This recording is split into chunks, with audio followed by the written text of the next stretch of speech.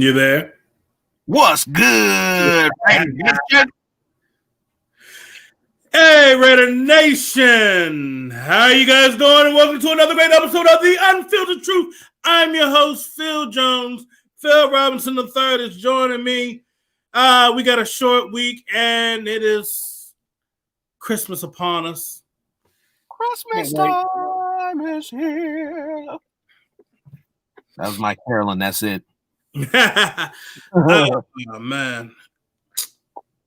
So, you want me to just knock this out real quick? Just everybody been waiting for the true Hollywood story of the week?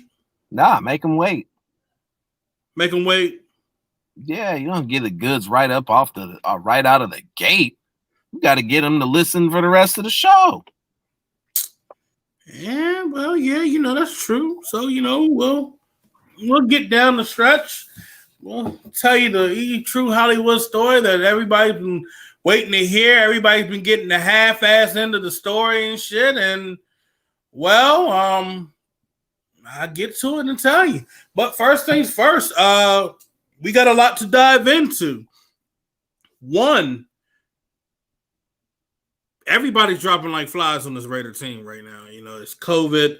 Eric Harris, he just got put on the reserve list. Isaiah Johnson, Daryl Worley. What are they doing? What are they doing? Like drinking after each other? What the hell? Going to the same tainted strip clubs or gentlemen's recreational spots. Yeah. I don't know what's going on with that. That's not a good look. Raiders talked about the entire season. We're going to beat the virus. We're going to beat this. They didn't do shit. I know this. I'm just going to say this from folks that work in medical field and folks that have literally said, in these situations, you have to have the mindset to stop yourself from doing the regular stuff that you're accustomed to doing. But, people going out and, you bringing people into your house. You may not be going out. People might be coming into your house that shouldn't be really coming into your house. So it could be that. So it could be a lot of things. It could be that, I don't know, maybe they should have wore a fucking mask. Yeah. Stop hosting public galas and public events without masks. Just because you can do it in the state of Nevada doesn't mean it's a good fucking idea. Doesn't mean it's a good idea to do it in Georgia. Doesn't mean it's a good idea to do it any place where people aren't wearing masks. Because guess what? People who aren't wearing masks spread COVID. This imaginary disease, this imaginary virus, the China virus, all this other bullshit it's been called. If you wear the mask, you stop the spread. Very simple. Yep. So we're gonna have an all new cast on defense. We're gonna see how that turned out. So we'll probably get better information on that. But going maybe tomorrow, maybe Wednesday. I mean, every team has COVID issues, but us and the Ravens have it the worst. So it's been the Ravens sitting at number 1, the Raiders sitting at number 2. And other than that, I'm just going to say that's not a good look. It's not a good look, Robinson. Not a good look for knuckleheads to not be able to do something so simple, yet we've seen this time and time again from this particular football team that they can't do the simple. Well, I mean, let's be real here. I mean, this defense, shit. I mean, you had I'm going to go back and reiterate what we talked about Wednesday night. I mean, it's going to be Thursday night. This defense, you stop the run, but then you take 5 steps back and trying to cover on defense in the secondary. Well, as you call them out for 5 steps back, you also got to remember they were six starters down. And I was told by Gruden, next man up. No And then, excuses. no excuses. Well, you know what? You're absolutely right.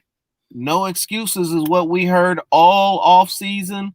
What we were promised this, we were promised that, and we were promised some coal in the fucking stockings because we didn't get none of that.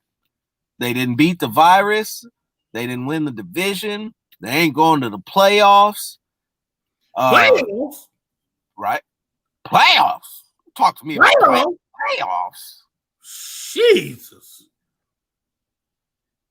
I'm just trying to win a freaking game. You want to talk to me about playoffs? Man, let me tell you something. Look, how they perform is basically what we saw last season. To a T. They came out looking strong in the first half, come down the end of the stretch, they withered up, and they looked like a team that couldn't even make an XFL roster. And it's not just that they did it. It's not just that they did it. They beat playoff team after playoff team in the first half of the season and are dropping all of these games to the quote-unquote worst teams in the league. Now, I'm going to drop this, bro, because turn that shit off. I'm going to drop this. I'm going to drop this for everybody here. Y'all remember Will Compton, right? Used to play for special teams last year, I believe. No, actually came in and became our middle linebacker. So he put his input on Paul Gunther being fired. I got it recorded here. And what's it? What do you call this show? Busting with the Boys, man. I've caught that a couple times. I actually like the show. It's pretty fucking good. But I'm gonna play a little. It's a 4-minute snip from what he had on his thoughts on Paul Gunther being fired and what went on when he was there. And basically it confirms a lot what me and Robinson have said about this defense. If you go back to every episode, Will Compton just basically confirmed what we've been saying, that Paulie G was going back and forth, not making the decision, not being consistent, and second guessing what he's been doing. And not leading men. So let me play this for you guys. And this is brought to you by Bustin' with the Boys, Barstool, and all that. Will Compton, Taylor Lewan. I'm gotta give them their shout outs because this is show. I don't want to take anything big from them. Fighting. So here we go. Certain stories or details or anything like that. I ultimately think the Raiders made the right decision parting ways with Gunther. My time there was awesome. I had a great time there. I like Coach PG. But when you think about the ups and downs that have been there, you had to make a decision at some point. You're either, you're blaming players, you're blaming coaching, all this stuff. I will say, it was interesting being there at times because that you felt when I was taking Tahir's job, you felt like they were throwing Tahir under the bus a little bit. And being a player that was in those meetings during the game, understanding how the headset works and all that stuff, there would be blame pushed around that you just hate seeing because you don't want to be playing the blame game in the middle of the year. It's take responsibility and accountability. And when you look at, and again, I'm not a coach, but I being around football for a very long time, what you want to see in a coach is somebody who can coach, who can teach game plans, who can help players understand why you're building a scheme in the first place for game planning. You want to be able to inspire your athletes. Like, you want to be relatable to guys. You want to be optimistic. You want to be somebody you go in and is going to have a good attitude because you're all going to figure it out together. And you want to coach it when some bad stuff happens, somebody that you see take blame. Now, again, I don't want to get into too much of stuff, but PG didn't. In my opinion, he didn't check a lot of those boxes. He was, there would be times where the communication would be off kilter. There would be a jam in the middle of communicating throughout the week. there's a lot of stuff you didn't understand why we did things. An entire game plan was open on game day, whether or not you worked on it in the week. I remember sitting there. I was on FaceTime with Charo, my fiance, and I was gearing up to play. I want to say it was my first start, and again, I'm still trying to catch up to a lot of stuff. And I'm sitting there like going over our third down plan, and I'm like, yo, we got about 25, 30 calls on just third down defense, which is a lot for a defense because you only have so many plays to run during the week. And when you're game planning and practicing, you have about 30-ish plays that you run during practice. 15 of those you might be working on third down on Thursday, 1 day a week. You're working specifically on third down. You tie it all together on Friday and Saturday. You do a couple plays. But to get through a lot of the game planning, it would be hard because you run a lot of the new calls and stuff. And then when you get in the game, the entire book was open. It was like a Madden playbook, which was hard because you're trying to remember a lot of the communication. And then when you win, lose the other, it would be, if you didn't play well, it would be, guys, I can't, open up the entire playbook. When we're winning and playing well, I can open up the entire playbook. I have all these calls at my disposal. And it's like, when we're playing well, it's because players are executing well. It's not because of calls, this, and the other. You want guys to play fast, efficient, and communicate. You want guys to be able to communicate quick and understand what's happening and what the offense is doing to them right out of the huddle. You don't want a lot of this stuff in your head, blah, blah, blah. You're double thinking a little bit more. You're like, should we have this check or is it that check? There's just a lot going on. I will say he was on the hot seat a little bit last year. Defense ended up communicating and playing well toward the end of the year. I'm not going to toot my own horn. I'm kind of just doing it. But we played well toward the end of the year. I think it saved him a little bit because I do think he was on the hot seat last year. And again, I haven't been around a lot. I don't want to – you hate talking about it because I liked being around the Raiders. I enjoyed my time with the Raiders. I know PG, he was all ticked that I didn't come in the summertime because they had offered it was a minimum deal. And I was like, look, I don't have to go anywhere because it's a minimum deal. Like if I end up on a team – it's going to be a minimum deal anyway, so I could skip camp, not put all this wear and tear on my body, and just wait till somebody needs a linebacker. I don't have to put my body through another training camp. And he was trying to talk me into stuff, but I enjoy my time there. I like PG. That is just my take. I do think the Raiders made the right call. We'll see what goes on from here. I'm a big fan of. There you guys have it. Hey. We can't open up the playbook until we start winning. We switch up. We got the whole playbook at our disposal instead of the game plan that we worked on.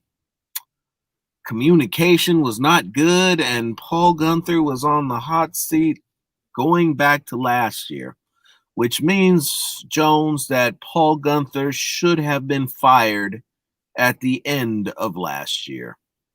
So, damn, that's a lot right there because now everybody that has said that, I don't know, maybe a guy like Farrell, maybe guys like Hurst, everybody that's on that linebacking core, everybody that's on that D line, and everybody on that in that secondary, we're thinking that they're trash. And they're simply doing what they've been asked to do. Exactly. And when you're asked to do something that doesn't work at detriment to yourself, it causes frustration, not just with you, but with the coaching staff, with the players, with the fans. It's just a lot of frustration from everybody going around, and you end up with situations like what you see with the Raiders. So, in terms, we literally had a coach hold an entire defense back. And now you start to think about what you heard from Littleton earlier in the season. Now you start to hear, now it makes clearly 100% makes sense why you couldn't get some of these free agents to come to this team. Because I sure wouldn't if that's what's going on. I wouldn't come over here to play defense. I wouldn't touch it with the 10-foot pole. So hold up. And this is where John Gruden needs a foot in his ass because why? Excuse me. I'm not going to just say Gruden. I'm also going to say Mayock. Both of them, because why would you keep a guy on this staff that held back an entire defense from excelling to be better than what we are seeing them being painted as? Because he's a genius, Phil. He's a genius, a X's and O's wizard. You give him a board and a piece of chalk, and God damn it, boy, he'll get out there and draw you up something so beautiful, so magnificent that you won't have any choice but to give him the job and tell him, please come be my defensive coordinator until you find out that all he can do is draw shit on a board. So I'm going to be real here. Do you give these guys on this defense another chance? I say about an 85% chance, yeah. Now, here's my thing.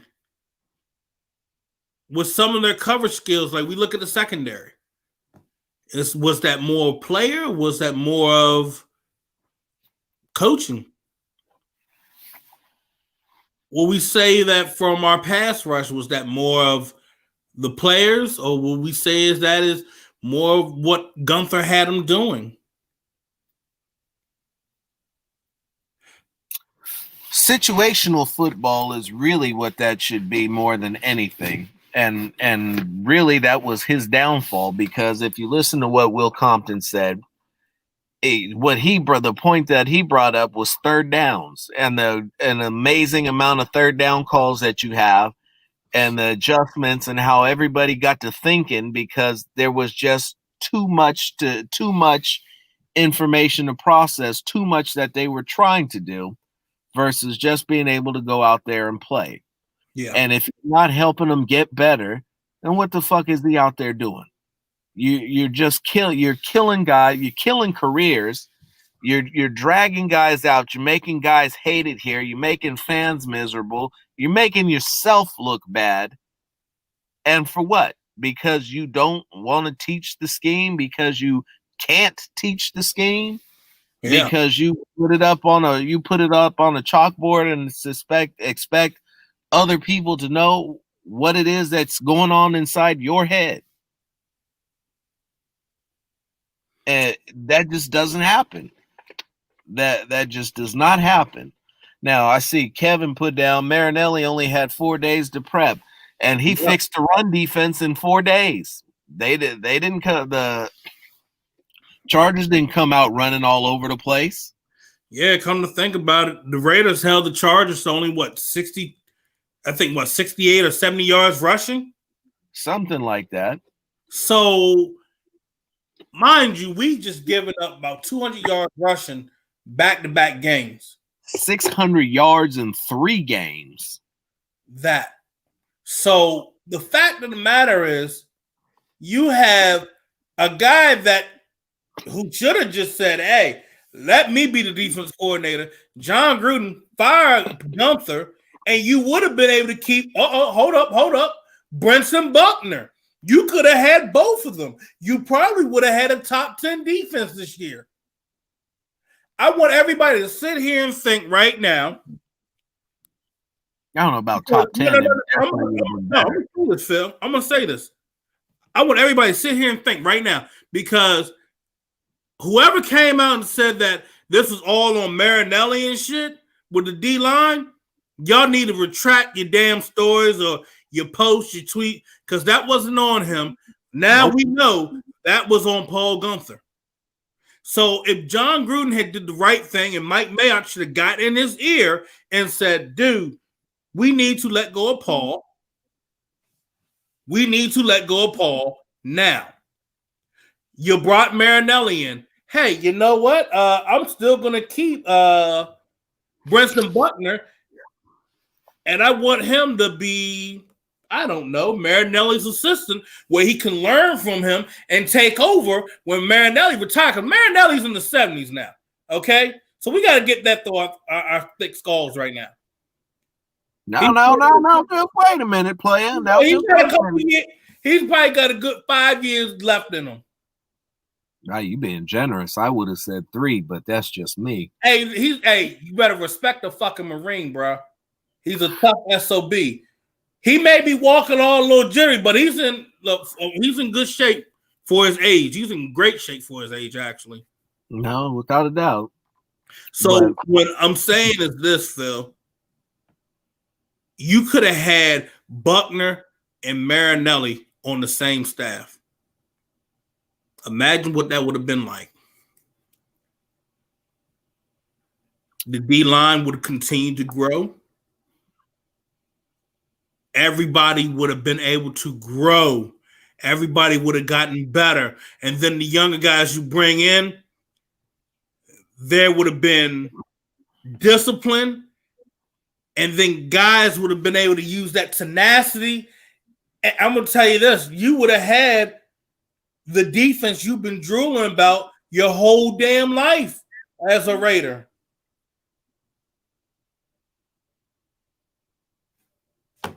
So, there's that. So with all that being said, Marinelli is currently auditioning for the big job of DC for the Raiders for next season.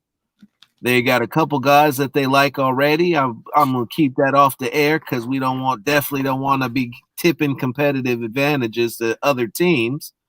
But Gunther's gone. His hold over this defense is gone. His influence over these players is gone. Like we said, you saw in the game against the Chargers, they managed to shut the run down and did it quickly.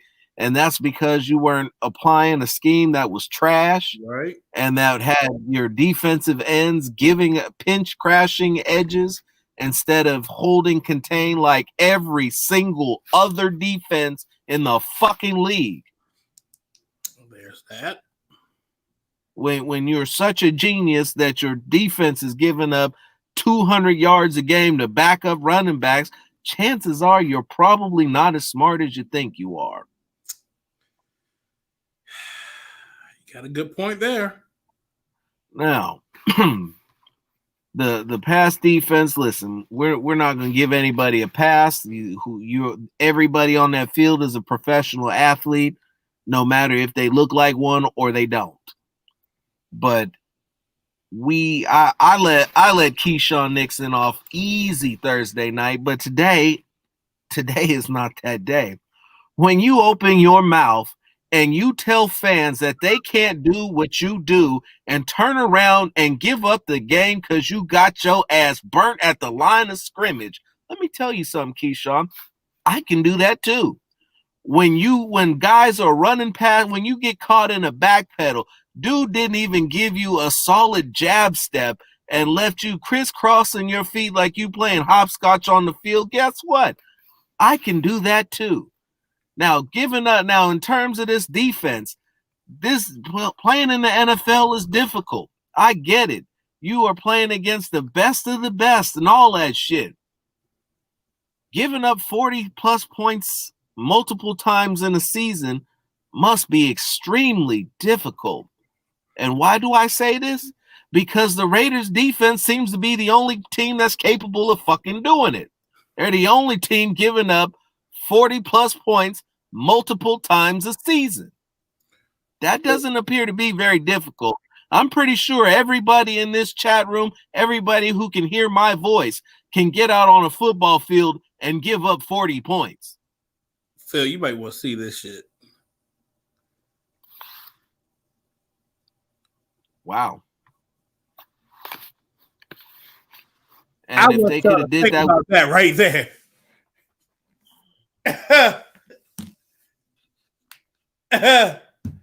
Wow.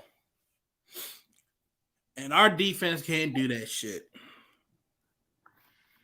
And the Bengals defense has been terrible all year long. Hell, if they put up this type of no, let me walk that back. Because usually the Bengals defense is good through the first half. It's that second half where shit gets real bad for them. Oh, shit. Oh, man. Look, but this no. I wouldn't finish. No, I wouldn't finish me, but no. this bullshit with coming after fans and talking about how they can't do what you're doing. Listen, bruh, You are bottom of the league in nearly every statistical defensive category there is. At this point, dudes coming off the couch, which is about what your secondary looks like right now, because all your starters are out, all your second string guys are out. You are literally pulling dudes off the practice squad, guys who probably wouldn't be playing for anybody else, to get out there on that field just because the team needs bodies. And to go out and waste the performance that Marcus Mariota came off the bench to deliver, because 2 plays into your overtime possession, the Chargers are at the fucking goal line. 2 plays. Wasn't it? I got stuck in my back pedal. I don't give a shit about none of that. Hey, bro. You're over here running your mouth on social media. And you know what happened after that? That motherfucker disappeared. It was nowhere to be found. He should have been on a milk carton too. Have you seen Keyshawn Nixon? No. He's somewhere under a rock trying to hope that everybody will forget about all the shit he was talking the week leading up to the game. All of these keyboard warriors. Listen, you are professional athletes. Fans are going to run their mouths. They're going to say whatever they want to say. Hell, we got haters who like to talk shit about us too. You don't see me crying about it. You don't see me pulling it up talking about so-and-so's being mean, or me telling somebody else they can't do what I do. No, I ignore them and I just be better. All you got to do in order for people to talk better, more favorably, nicer, kinder, gentler, give you your respect, is fucking play better. I see nothing wrong with the statement. Oh, man. Yeah, some of y'all players, look, I get it. I understand that y'all frustrated, we frustrated, but y'all getting paid the big money to go out there to do a job. You can do something about it. Fuck the money.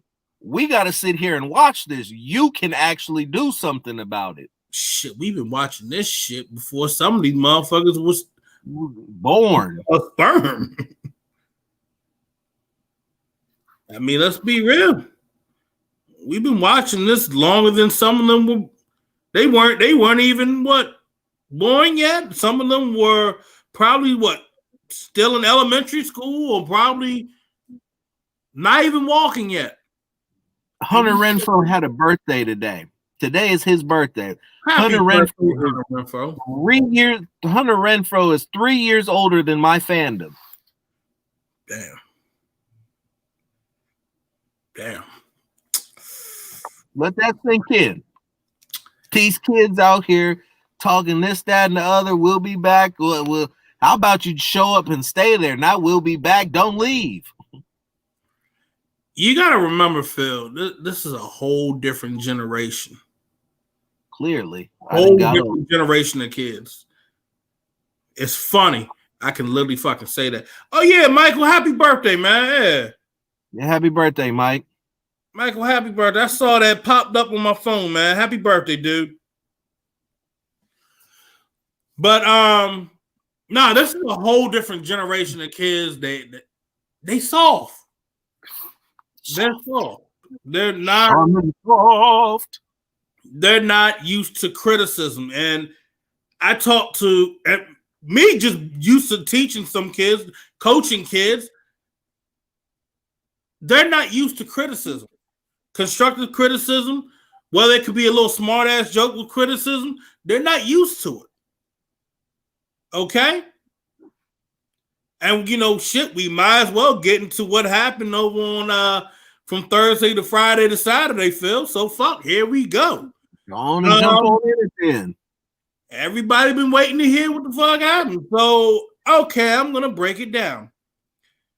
After during our post-game show, our friend Mr. Rodriguez gave me a certain meme of my man.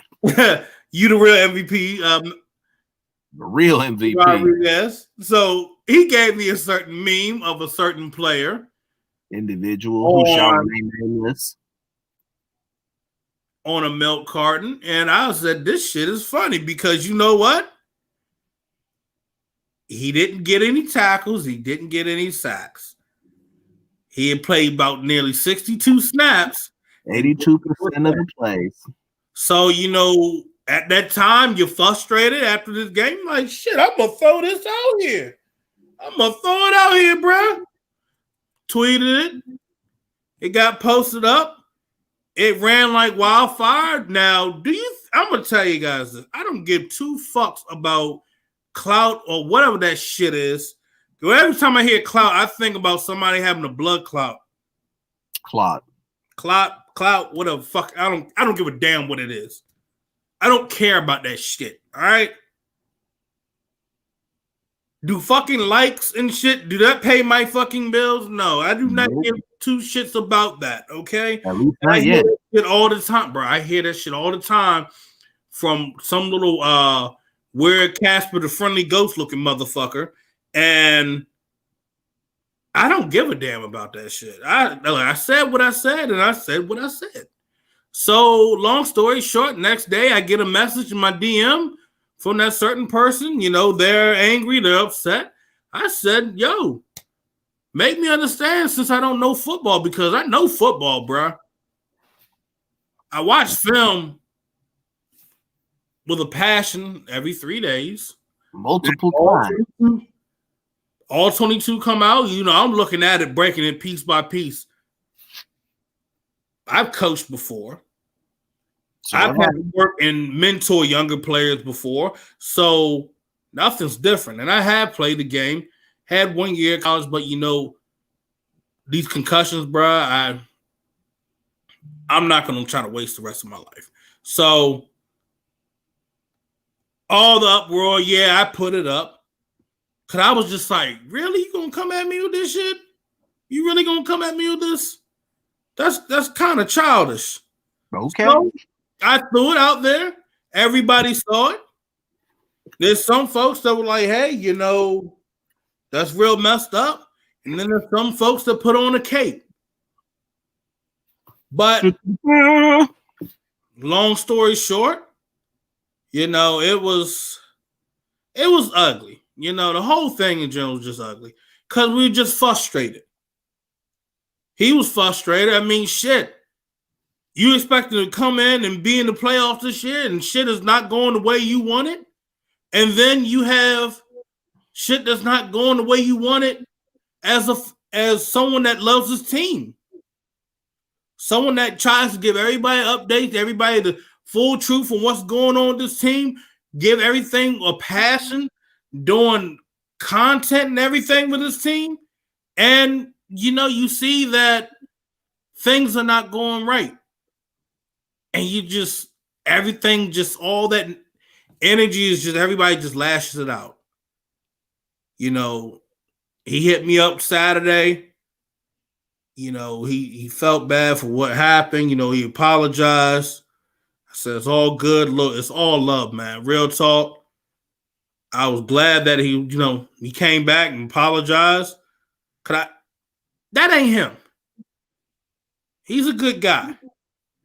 But I know everybody gets frustrated. And everybody losing sucks. No, it's a bad taste in your mouth because you have to go back into the room, film room that is, and you getting chewed out by your fucking coach too. And like, what the fuck are you doing right here? You just standing here looking like a dumb shit. You ever hear your coach say, up, yeah. It's not the best. But, you know, like I say, at the end of the day, it's all love between me and him. He's a great guy. And for some of you Mickey flicks out here that try to twist the narrative and try to make something that was not, you know, I don't know, you're trying to say that you're a clout chaser. You're someone that's trying to ruin a guy, or you don't know football. Motherfucker, I know football. Well, some of you guys run around here looking like, first off, some of you motherfuckers running here wearing a fucking mullet. Look like you're humping your other cousin. Come on. First off, don't come at me. All right? You think you knew the story, but you didn't know the story. Got it wrong. All right? It wasn't a whole, you're trying to cry wolf and all that. Nah, bro. I don't cry. I'm not emotional about this shit. Okay, everybody gonna say shit. Yep. But it's always those weird looking motherfuckers that be sitting behind those little picture posts, and then the ones that also sitting behind that whole I speak for this and I speak for that shit. Shut up. No, you don't.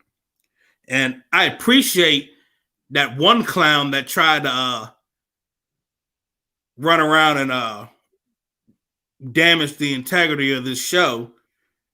And the motherfucker just gave us views. So, thank you for that. And he can kiss my black ass.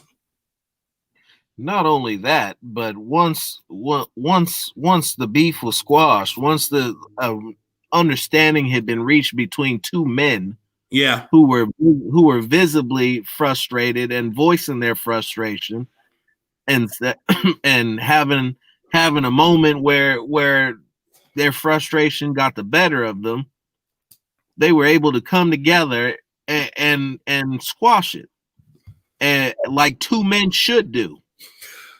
If you really got a problem, you should come and speak to somebody directly, like these two men did, instead of waiting for somebody to say something and trying to leap all over it and ending up looking like a fool because you didn't know what you were talking about yet again.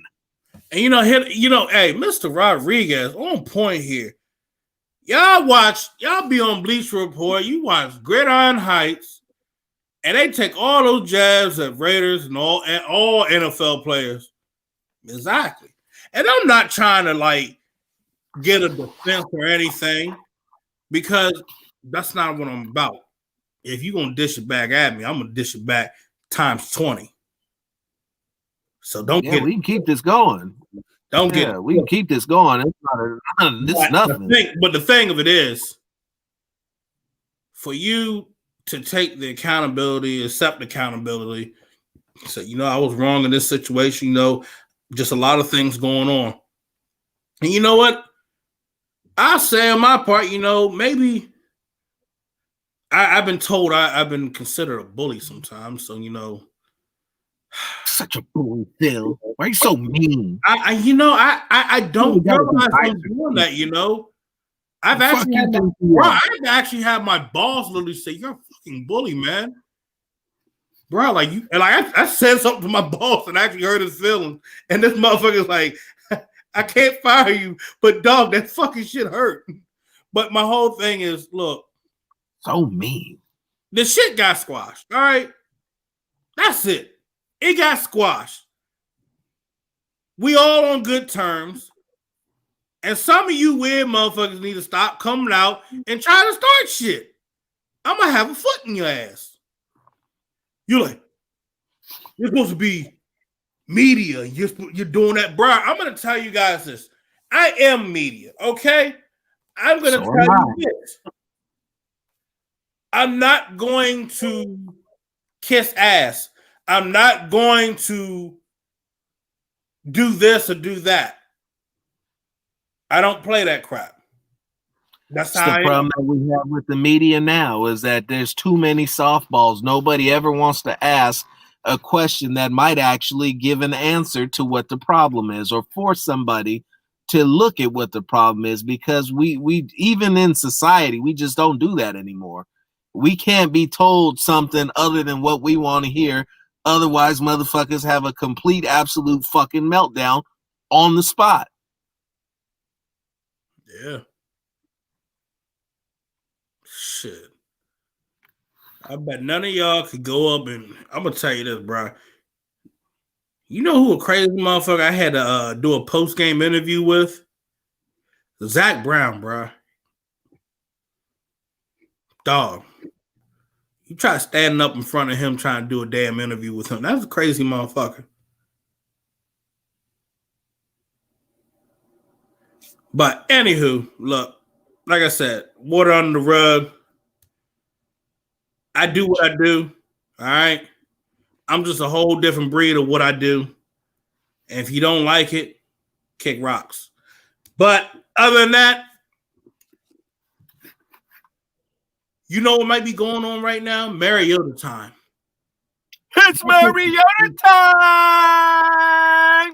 Now, Phil, you got more insight on what's going on, so I'm going to leave it to you. What's going on with that? The floor is all yours. So far as we've been going on, it is looking as though Mariota is preparing to start on Saturday against the Dolphins. Having gone out and produced and actually dropped the jaws of just about everybody who watched that game and proving that he can still be a starter in this league and a good starter in this league to boot, with a unique set of skills that is very applicable to the offense that John Gruden desires to run and desires to thrive.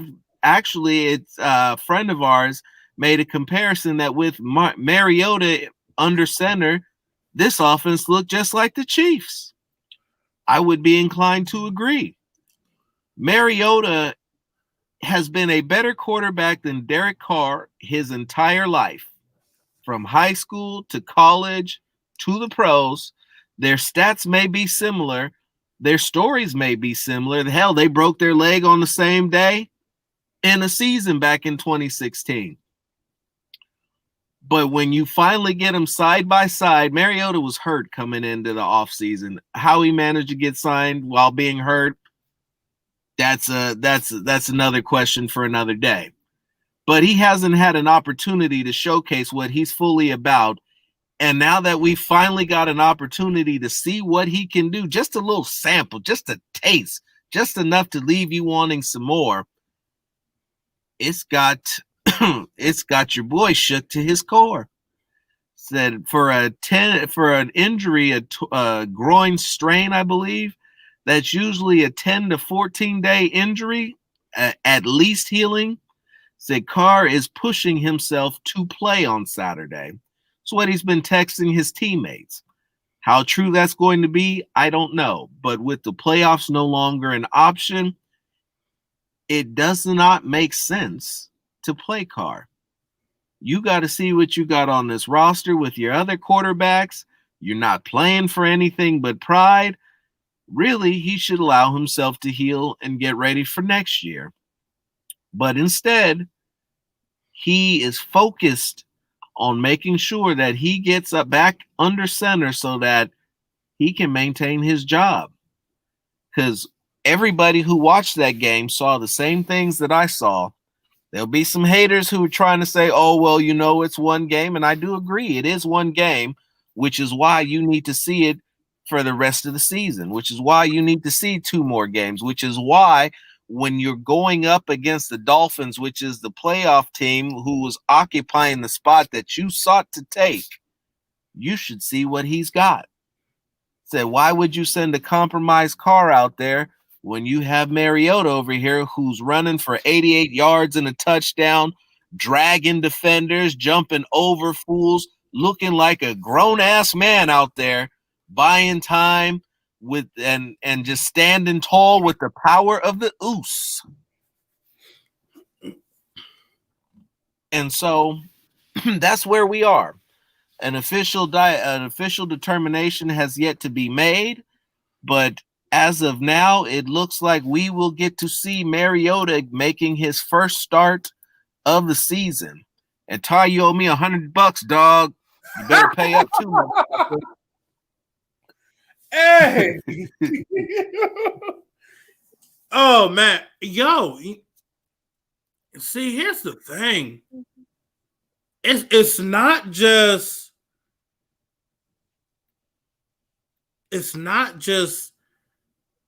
people like fans starting to realize this, but some players are starting to realize this shit too. Pat McAfee had it on his podcast. And I would love to share that with you guys. I don't know if anybody caught it.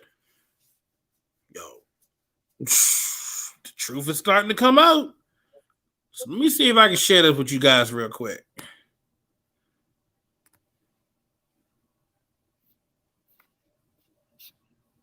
Here we go. Let's get funky.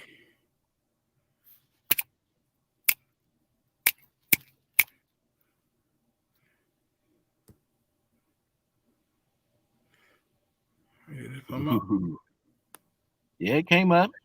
Which I am proud about. But boy, the glory days that I had this season seem to be long gone. Those things are in the rear view, and they're getting smaller and smaller as I'm continuing to drive faster and faster away. I started out this weekend here, week 15, 0-2 last night. I had the under, went to overtime, went to over. Both teams scored in overtime, by the way. Never fucking happened. Over hits. Then also I had Raiders -3 and then -3.5 as well. Just for no other reason other than Anthony Lynn's going to fuck it up. They need to win a game. And then, Derek Carr pops his goddamn groin about 4 minutes into the game. Justin Herbert, maybe the best quarterback I've ever seen in my entire life last night at times. I mean, he's going to be unbelievable. And then the Raiders just throw an interception away at the end. No, listen. Super Mariota is back. Yeah, he is. He looks Okay, good. Marcus Mariota is all the way back. All right. That was awesome to watch him, actually. As somebody who played against him in the AFC South, I'm happy that he got his chance because he got run out of time by Tannehill. And it was a quiet departure because of how much success Tennessee had. See you later. He signed for like $8 million with the Raiders this offseason. Everybody's like, what's he doing? I assume he's had a chance to kind of move over everything that happened in Tennessee mentally, maybe get better at football because it seemed like it last night. And he was awesome to watch. But with that being said, the Chargers tried to give away that game last night. They tried to have the Raiders cover, and then, it just couldn't happen. Good game, good Thursday night football matchup. Went to overtime. Anytime you get that in a divisional game, it's going to be good. Michael Lombardi told us yesterday, he's co-host of Hammer Dime podcast. He said it's going to be a 3-point game. So if it gets a 3.5, you're screwed, whatever it is. And that's exactly what happened somehow, some way, even though it looked like the Raiders were just going to score a touchdown on the first drive, game over, win by 6, and cover. How you doing? Keep it moving. They couldn't do it. A great start to week 15. No, I'm pumped for the weekend. We got some games. Now. There's some things to bet on, but last night's game, I think the only thing we learned is that the Raiders can't close the season. Absolutely. Yeah. I think 7 of the last 9 seasons that John Gruden, his coach, has not made a playoff. Correct. The Raiders were 6-3 and had the easiest remaining schedule in the NFL. Everybody said they've lost 4 out of the last 5, and if it wasn't for Greg Williams cover 0 blitz at the end of the game, they would have lost 5 of the last 5 games. They're just another collapse, just like last year, and I guess just like the 7 of the last 9 seasons for Gruden. What's the problem? Is this like Andy Reid's season? Like we used to talk about? We used to talk about Andy Reid's season being something that was very real, where Andy Reid would draw up plays, and he, for whatever reason, well, I know why, because if I had plays that awesome too, it'd be tough for me to keep some in the chamber. But he would just unload all of his plays. And then it felt like week 10, week 11, maybe going even forward to week 12, everybody would figure out Andy Reid's defense or Andy Reid's offense, and it would be a whole different team. It was called Andy Reid season. People forget that because the last couple of years of Patrick Mahomes, he can continue just to draw up any plays because everybody has it, and they just keep doing it or whatever. But Andy Reid got that off his back. Is John Gruden the same type of – is all of his team kind of known about by a certain point and then just moves on? Or is it the fact they don't have the quarterback that can really continue to go? Like, you know what I mean? Derek Carr, by the way, you're never going to see him in a Raiders jersey again. Probably not. Hell of a run. Yeah. Good career. Good career. Well, he's going to be back up for a long, long time. He's going to be a journeyman in the NFL. So his starting career was fantastic. He is going to be a backup for at least the next year or two, I'd assume, after everything that's gone on.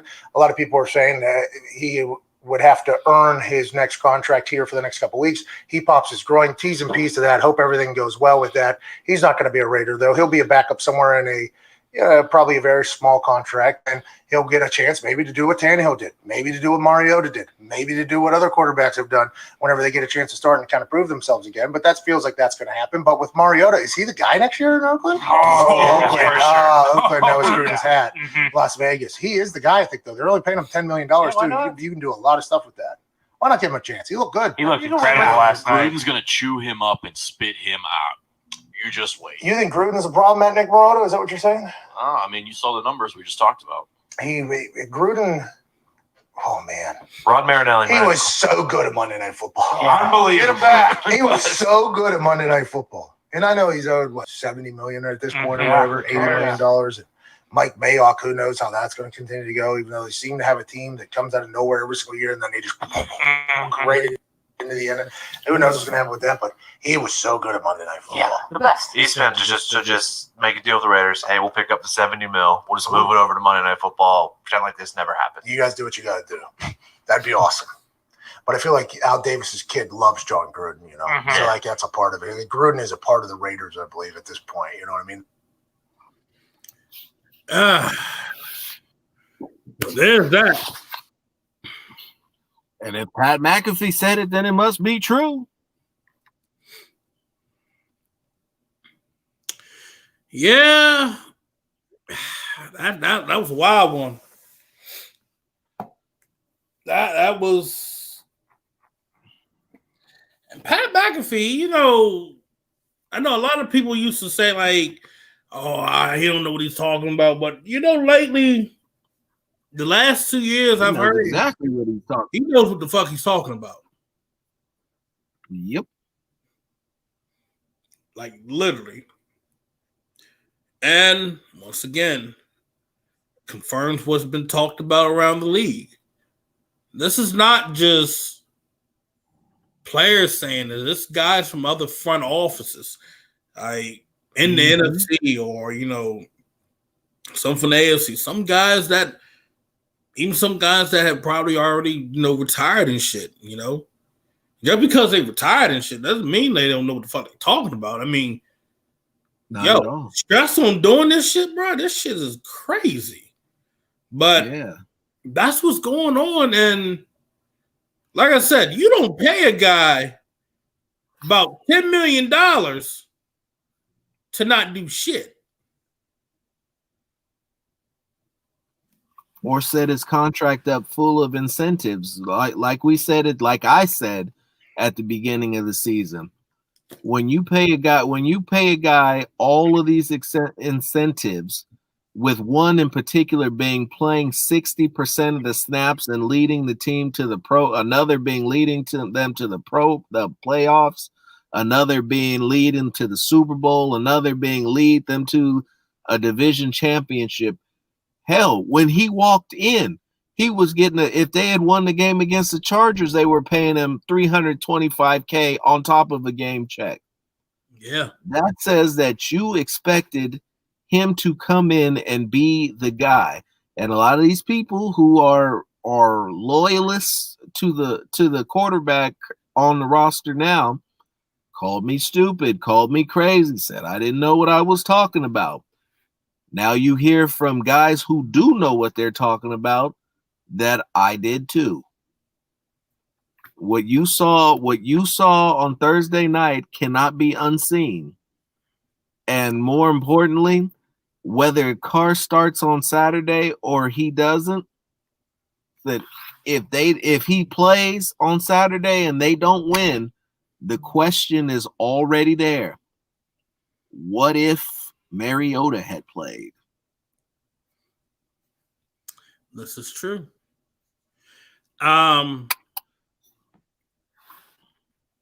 Here's the thing. Going up against Miami on Saturday, a guy that's just coming off a groin injury, I'm gonna be real. You're gonna have the way the Dolphins defense has been, y'all saw what they did to Mahomes. Had Mahomes rolling back, running for his life. Dolphins go in the same formation, but they have so many different plays for it, so many different disguises for it, that it's like, what?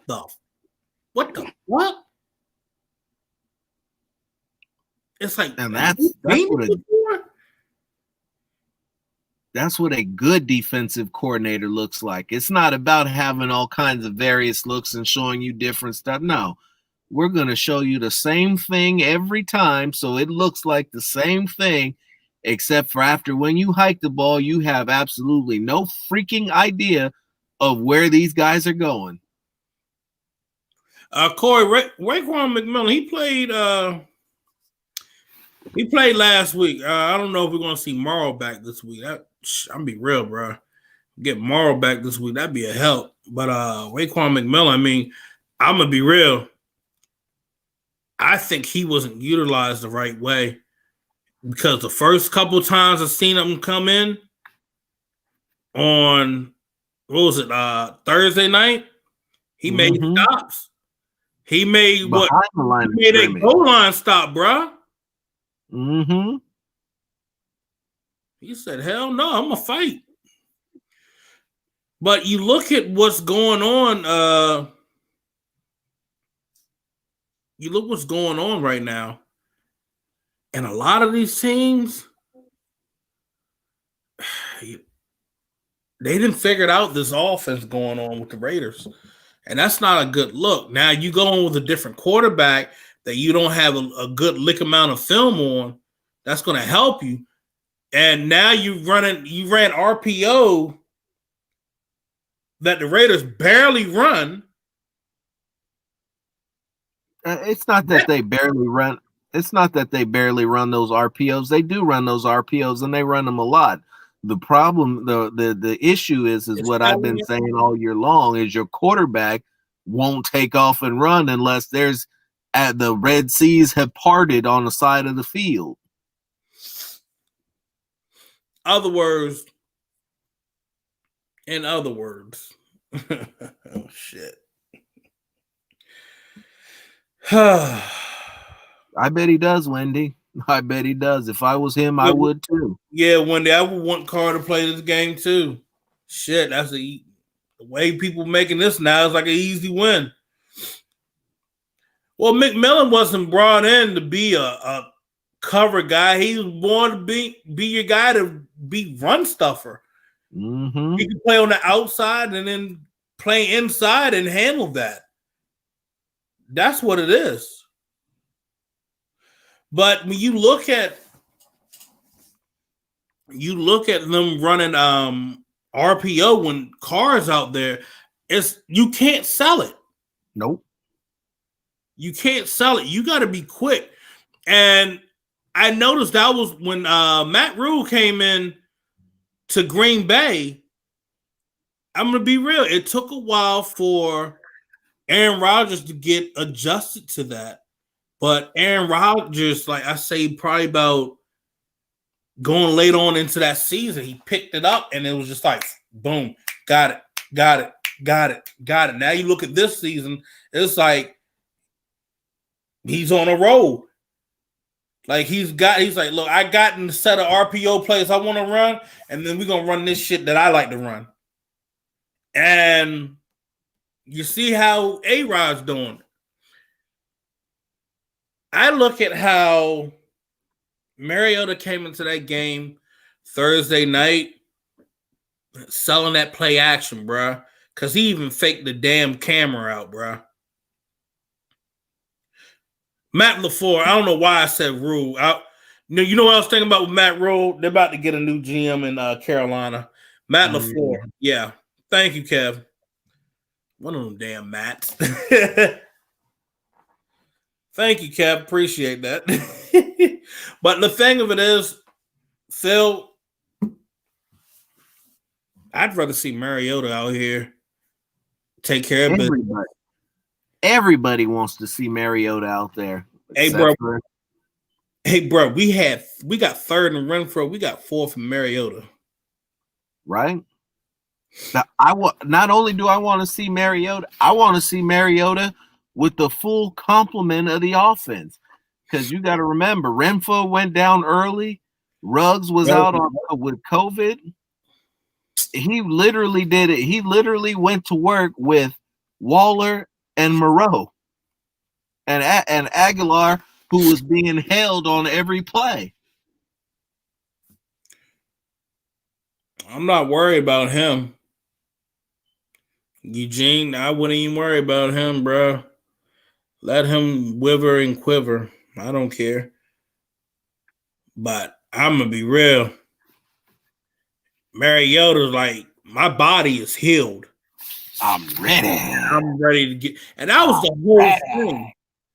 Mariota's body didn't heal for the past. You got to look. He took some bad ass hits. Yeah. The last 2 seasons in Tennessee. You don't have an interior protection. I mean, your left tackle and right tackle. I mean, they're protecting them and all, but your inside, your center's not protecting you. Your two guards are not protecting you. Shit, I'm beat up. I'm banged up. What do you think I'm gonna do? Guys are hitting you in the knees constantly. If you go back to that Jacksonville game last year, they bodied him so many times. Calais Campbell tried to kill him. So that's why I say, like, maybe some guys need to go to a different area, different team just to, like, regroup. I'm going to be real. You go into next year, you go into this next season, it's going to be a lot of teams that are going to need quarterbacks, bro. Because let's be real here. Are the Saints really sold on Taysom Hill? You got to look at that. Is Alex Smith going to come back and try to play another season? Are they really sold on Haskins? You got to look at that. The Jets might lose out on football Jesus.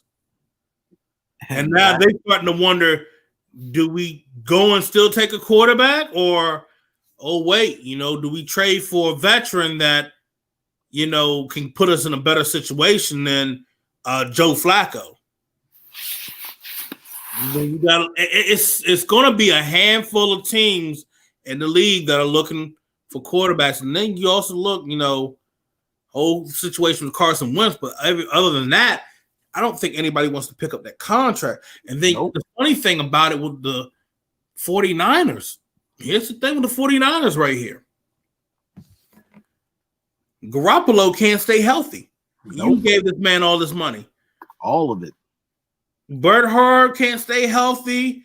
Mullins can't stay healthy. And he's really not the answer, or Bernhard. And Garoppolo, you don't know what you're going to get out of him. So then you go back and think, maybe do we make a trade right over here? I'm gonna be real. I know we talked last year about Carr should have had value at quarterback, but I think this is the year he does have it, because with the way the league went, with the way things went with COVID and college football, a lot of games getting canceled, you didn't really get the best amount of film on players. And then some conferences canceling the season. So you didn't get a chance to really see that player that you may have wanted from that conference. So there's a lot of things that are factor in where this draft coming up this year is going to be ugly as shit.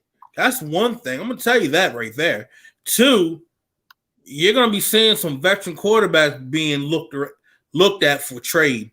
And I think this could be the year to end up saving John Gruden's ass, where he's like, shit, I can probably regain some of these damn draft picks and make this shit right. Because I'm going to tell you this. The one thing John Gruden damn sure needs to fix is this red zone offense. Your red zone offense has been, 22nd, 23rd? And you're sitting last season and 23rd this year. You're sitting base. You said what? 22nd or 24th? 24th last year, 23rd this year. Basically, but you got 2 games left, and you're sitting you're about sitting in the same situation. Wow. So you will fit what? I think you were 53% last year. Now you're 56% this year. So I'm gonna be real, bro. He's got to fix that. And if he doesn't fix that, it don't mean a damn thing about who we bring in either, too. You're supposed to have this top 10. Everybody talks about we have this top 10 offense, but we're still sitting here 22nd, 24th, 23rd, whatever. We're still sitting near the bottom of the barrel in scoring. And that's a problem. So that needs to get fixed. Oh yeah, we got some good news. At least we got some bright spots today for this Raider team. Congratulations to Josh Jacobs and Darren Waller for being selected to the Pro Bowl. Their first Pro Bowls. Their first, not alternates, but as in the starting lineup.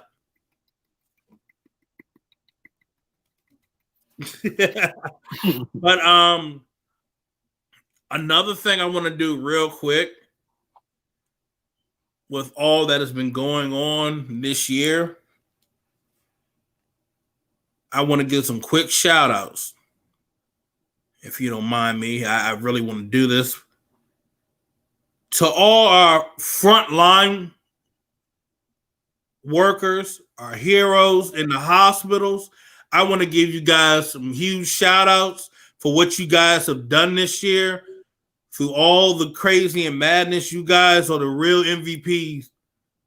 And my God, I appreciate everything you guys have done. Thank you. For everyone in this country. I want to give some real shout outs to a few of these folks. Our boy Brent Morris, we want to give a shout out to your wife, Miranda Morris, and what she does in the hospital.